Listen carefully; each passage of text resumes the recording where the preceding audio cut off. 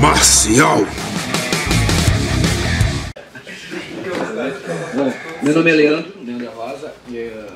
Eu comecei a treinar karatê aos 19 anos, estou com 54, então dá para fazer as contas aí. Eu dou aula há 6 anos, né? Resolvi trabalhar essa questão das aulas. Pratiquei, né, sempre o karatê. No início eu participei de competições, mas não foi a minha praia, né? Eu sempre quis olhar mais para a questão da longevidade, né? Pensando em defesa pessoal e longevidade.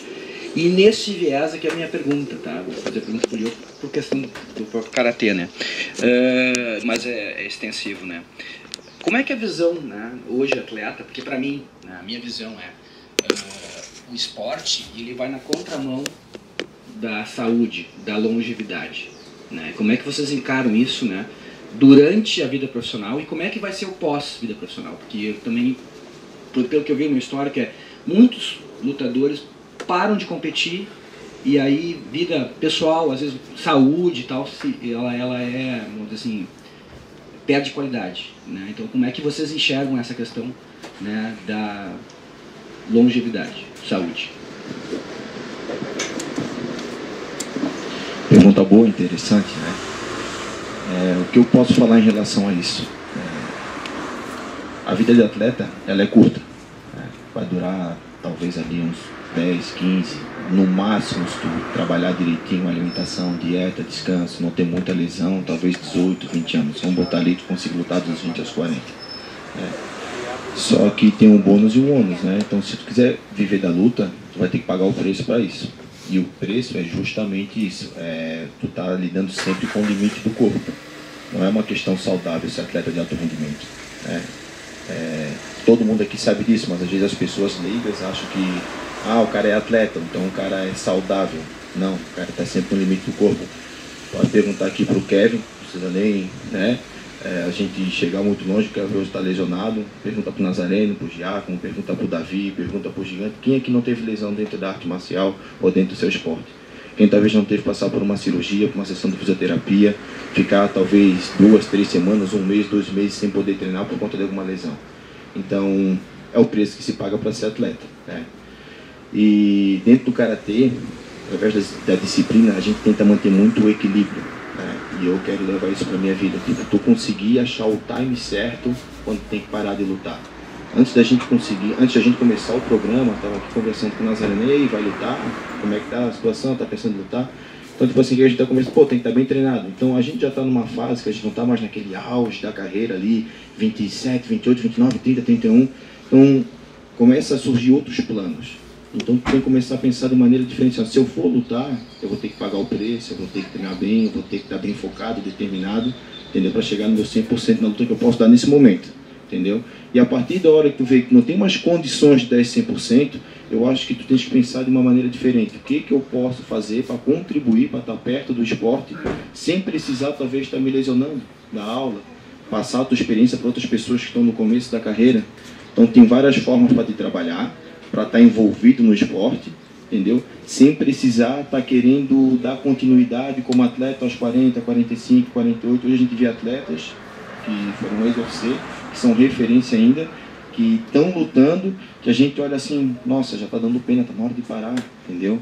E não é nem parar por causa da derrota, mas é porque pensar na saúde quando tiver com 50, com 60, com 75, entendeu? Então eu acho que o atleta ele tem que ter o equilíbrio. Tem que começar a ver o momento de tu se afastar do ringue como lutador e auxiliar, contribuir de uma outra forma, entendeu? Então, eu acho que essa é a questão que eu vejo que a gente tem que entender e amadurecer e assumir essa responsabilidade quando chegar.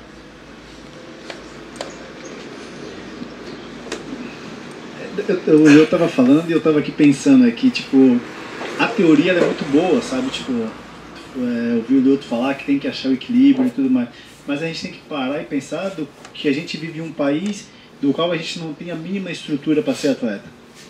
Não temos a mínima estrutura para ser atleta, então é muito difícil quando tu toma uma decisão na tua vida de ser atleta e tu saber que tu não tem apoio de governo, tu saber que tu não tem apoio de empresa privada, enfim, é simplesmente a tua profissão que tu escolhe trabalhar pelo resto da tua vida, só que tu não tem a carteira assinada no final para tu receber teu INSS depois ou a tua aposentadoria. Nem todo mundo consegue chegar nesse pico. Então, não é tão simples de falar, tipo, pô, tem um cara ali que está hoje com 40 e poucos anos e sentimos pena de ver ele lutando porque está na hora de parar, porque... Só que, cara, quando tu para olhar o lado do cara, o porquê que esse cara não parou ainda? Aí, às vezes, vai ter pessoa que fala, porra, mas vocês não fazem planejamento de final de carreira? Não existe isso. Não existe. Primeiro que... Cara, profissional num esporte que tu é profissional, mas ser completamente amador. Exatamente. É isso aí, Nazareno. Obrigado. É exatamente essa tua... Não, exatamente. Aí eu lembro no começo de carreira, eu lutava de graça. Lutava por R$200. Um dia eu fui lutar, eu ganhei uma parafusadeira elétrica e um saco de malta. Foi essa, é brincadeira, o pessoal dá risada, mas eu juro. Então aí o pessoal me falava na rua assim, ó, mas como é que tu vai lá e faz isso aí com dinheiro, tá? E quanto que tu gasta numa luta desse aí? Uns 30, 40 mil? Aí eu olhava pra ele assim, mais ou menos isso. Mas a gente sabe que a realidade aqui é diferente. Tipo, a gente foi privilegiado de ter treinos bons, de ter um cara que sempre agenciou a gente do jeito dele ali, mas porra, fez por todo mundo, fez carreira pra todo mundo, Thiago. Ele levava a gente pra lutar, ele fez o cartão de todo mundo pra gente ser credenciado, lutar num evento grande. E nisso aí, no Brasil, tem muitas pessoas sem estrutura, sem academia, que nem isso eles conseguiram fazer. Não conseguiram nem lutar um jungle fight, por exemplo. Principalmente assim na região mais do norte do Brasil, né? Tem um pessoal muito caixa grossa de Manaus, do Pará, e o pessoal assim, completamente sem estrutura, né? Então eu lembro assim, uma imagem que eu tenho na cabeça de quando eu fui na seletiva do TUF. Cara, eles fizeram a seletiva, bateu o recorde de inscrição, 1.200 inscritos. E eles já sabiam que eram os 16, 20 que eles iam selecionar, já estava tudo. Mas eles para fazer aquele auê todo, hotel lotado, seletiva. Cara, tinha um pessoal assim que vinha, se não me engano era de Roraima, ele falou que 4 dias de ônibus.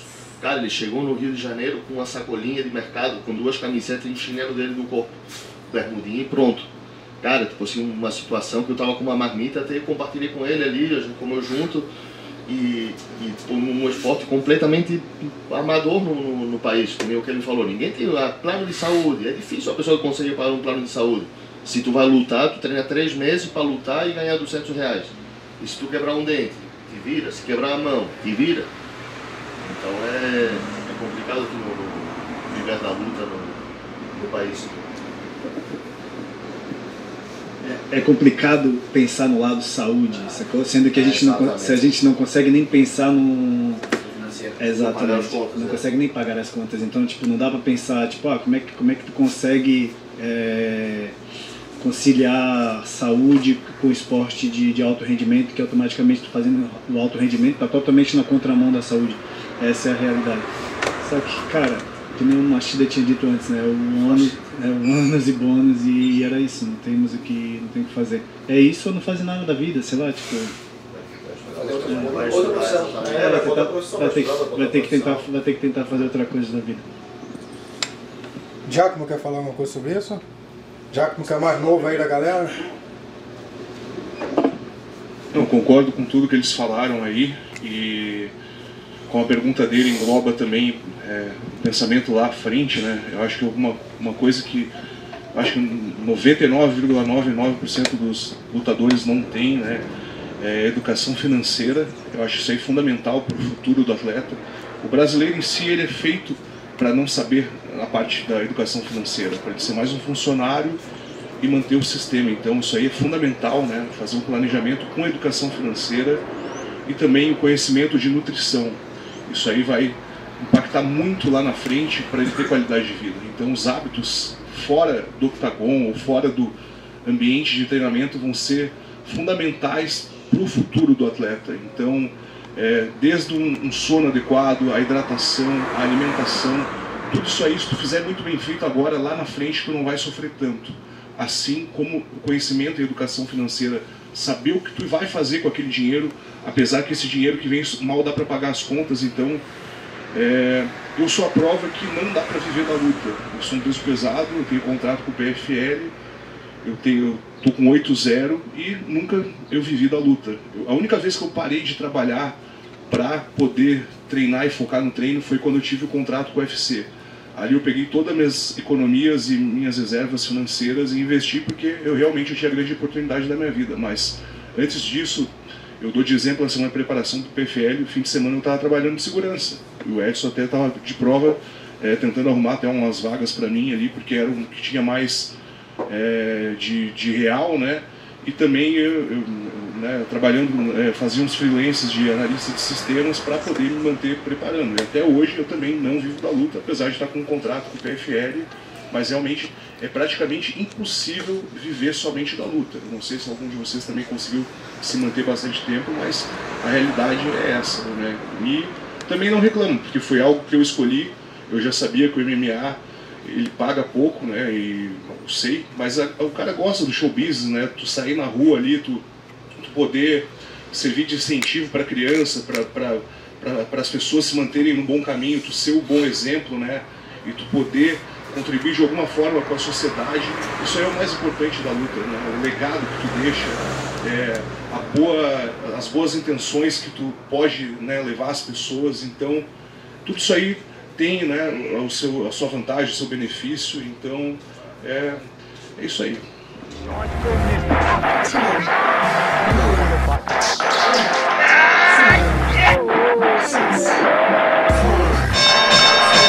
Grito marcial.